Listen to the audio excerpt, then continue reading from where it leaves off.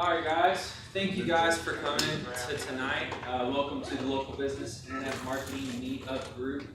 Just to give you guys a little taste of what the Meetup group is about, this is our first meeting. And woo! That's right, thank you James for your exuberance, I appreciate that. No problem. And the aim of the group really is just to help educate local businesses, other people who want to know about how to do internet marketing for local businesses, and just like I said, to try to help local businesses get on their feet a little bit, do internet marketing. Internet marketing really can be done on someone's own time. It's not like TV or radio or billboards. Obviously, a local business can't own a billboard, can't own a radio station or a TV station unless they're just really wealthy. And in that case, I'd probably like to meet them. But a lot of marketing there's just impossible for local businesses to do their own marketing in certain areas. They have to pay for it. Internet marketing is one of those areas where they can do their own internet marketing and do actually very, very well, because most local businesses are going to outsource internet marketing. And when they outsource internet marketing, really they're outsourcing because they don't have time, or they don't have the experience, or they don't have the information, the knowledge that they need. If we can equip local businesses with the information and the knowledge, and if they also have time to implement it, they can actually probably outperform anyone in their industry as long as they have the time to put into it. So that's what we're trying to do. We're trying to help local businesses, and I appreciate you guys coming out and helping us with that. Who am I? My name is Josh Mackins. I am the owner of Tutillery Marketing. Tutillery Marketing is a local business internet marketing company. We work with local businesses around the United States to help them with their internet marketing. Local SEO, which is search engine optimization, which we'll be talking about tonight. Social media, website design, content marketing, blog marketing, email marketing, we do it all. I started my business about 2.5 years ago. I graduated from Tribeca in 2010, worked for Caterpillar Financial for a little bit on a marketing contract, worked a couple of other places, finally settled on a local business because I decided I wanted to own my own business at some point. And they got me heavily into SEO, and then I realized I could pretty much do it on my own and go out, and so I did. I did that in June of 2011, and I haven't looked back. It's been 2.5 years. I loved every minute of it, and we'll continue to do it for the foreseeable future. So that's who Tutillery Marketing is. I'm also the headmaster, as I like to call it, of the Local Business Internet Marketing University that's coming in January 2014. Basically, this satisfies a good bit of what we are actually doing here. For people all over the United States. Obviously, people in Seattle and California and New York can't be here physically to do the kind of stuff that we're doing.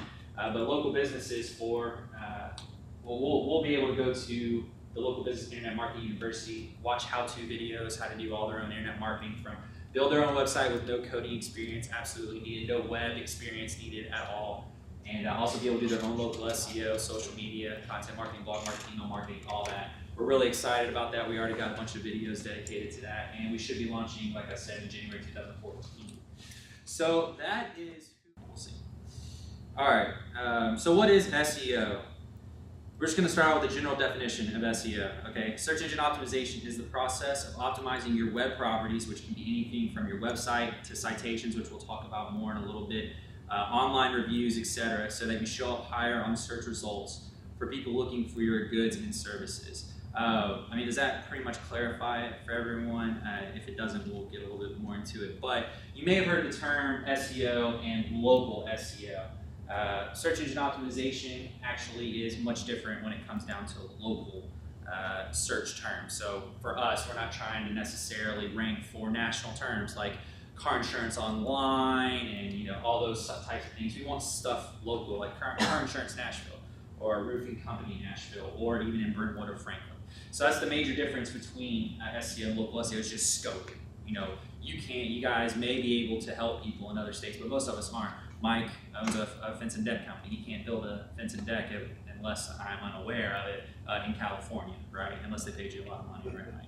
So most of the people outside of that geographical area that he's looking for, he's not going to be able to help. So that's why we're going local. And search engine optimization is important to keep in mind is not just for Google. How many people associate SEO with Google? Yeah, I mean, we all do. But it's important to keep in mind that there are other search engines out there. And we're not just optimizing for Google. We're also optimizing for Yahoo, Bing. There's other search engines, Bleco, There's a lot of them out there. But the reason that we do optimize for Google is because of Google's market share. Their market share currently, as of August, sits at 67%. That means out of 100 people do a search, 67 of them are going to use Google, okay? 17% are going to use Bing, and another 11% are going to use Yahoo. And just to give you a little background on what these numbers have looked like in the past, a year ago this month, Google was still sitting at 67%. They haven't really moved. Okay? They're very concrete where they're at, and the search engine market as a whole is very mature. So it's gonna sit there unless there's a huge just degree in change. How many of us have seen the Bing commercials lately? Have you guys seen them? I've seen them quite a bit. Has anyone heard of Don't Get Screwed? You guys heard of that? You have? Yeah, Mike. It's Bing's advertising to where they're trying to get you to move from Google to Bing. Last year at this time, Bing was actually sitting at 15%, and Yahoo was sitting at 13%. So what Bing has done, although they're trying to get a notch into Google and steal some of theirs, they really haven't. All they've been successful in, as far as we know, is taking Yahoo's share, because Yahoo used to be 13%, now they're 11%. If you add all this up, it's 95%. The 5% that's out there left is other national search engines like Germany and China have their own search engines, and other small search engines, like I said, like Pleco and others like that. So, are we really optimizing for everyone? I mean, we've got Google, we've got Yahoo, we've got Bing, which are the main players that make up 95%. So for this meeting, that's all we're really going to talk about. So should we really be optimizing for everyone? The answer is no. Because Google is just the mammoth in the industry, they have 67%. If you were to add Yahoo and Bing together, they wouldn't even come near half of what Google has. The other reason to optimize just for Google is because what works for Google normally works well on Yahoo, Bing, and other search engines as well. And we'll talk about that in a second. But if you're optimizing for Google, if you're doing the things that we're going to be talking about tonight, you'll rank well on Yahoo and Bing. If you look at other people in the industry, if you were to Google, painting company in Nashville, the people on the first page of Google are probably going to be on the first page of Yahoo and Bing as well. They may have flip-flopped a little bit, but it won't be huge. And that's because when Google popped on the scene, which we'll talk about here in a second, they really set the standard and really brought the search engine market to its maturation stage. So, before we talk too much more about search engine optimization, it is important to get a view of the history of Google. And it may not seem very relevant, but I promise it is. A lot of the strategies that I've cultivated at Tutorial Marketing, some of our most successful strategies have been based on where I've seen Google come from and just trying and understanding all of that and understanding where they're moving to.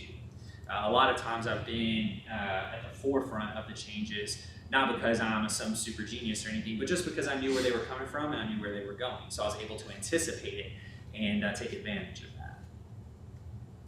So in the beginning, Google was started by Larry Page and Sergey Brin.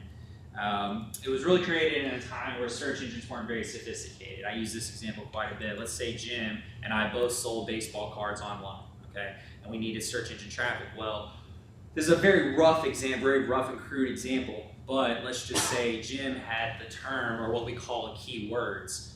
He had the term baseball cards on his website, which was the platform he was using to sell his baseball cards. If he had baseball cards on there 200 times, and I had baseball cards on my website 100 times, as a rough example, Jim would outrank me. How many people feel like that's probably not a very good measurement of authority or quality? It's really, yeah, it's not. So, you had Ask Jeeves. Anybody remember these guys? Ask Jeeves, Netscape. Anyone remember Netscape? I actually got a really funny story about Netscape. I had a friend tell me the other day that they had a customer call in and they were like, so, I'm on the search engine optimization bandwagon. I'm ready to go. I'm fired in. I'm lasered in.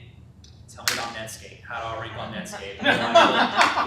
You're about 10 years behind. You're in the dial-up age, and so it was pretty funny. And also AOL. We all remember AOL. What's really funny is AOL actually works off of Google's search engine now. They brand it as their search engine, which Google lets them do because they get advertised revenue, which we'll also talk about in a second. But Google actually runs AOL search engine. Actually, I'm sorry, that's not correct. AOL uses Google's search engine. And I'm not really sure about Ask Jeeves or Netscape, but it made sense for them. They have a brand. They know they couldn't compete with Google. They have a brand. People just go to AOL.com. As crazy as that may seem to us, people still go there. And so it made sense for AOL. It makes sense for Google too.